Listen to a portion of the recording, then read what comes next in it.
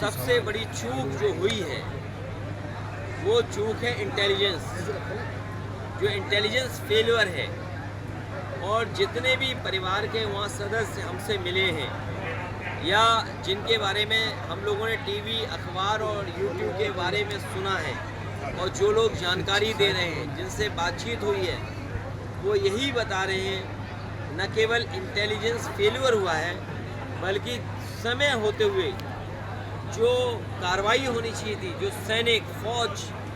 या मेडिकल मदद होनी चाहिए थी, वो भी नहीं दे पाए हैं। तो इतनी बड़ी चूक कैसे हो रही थी जब भारतीय जनता पार्टी के लोग ही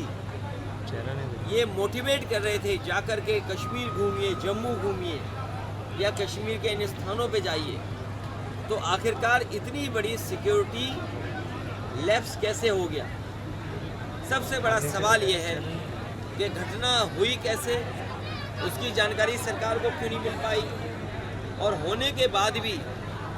जो सूचना मिल रही है, जो परिवार के सदस्य चिल्ला चिल्ला के कह रहे हैं, रो करके कह रहे हैं, दुखी कह रहे हैं कि इतने देर के बाद फौज आई या मेडिकल जो असिस्टेंस मिलनी चाहिए वो भी नहीं मिल पाई।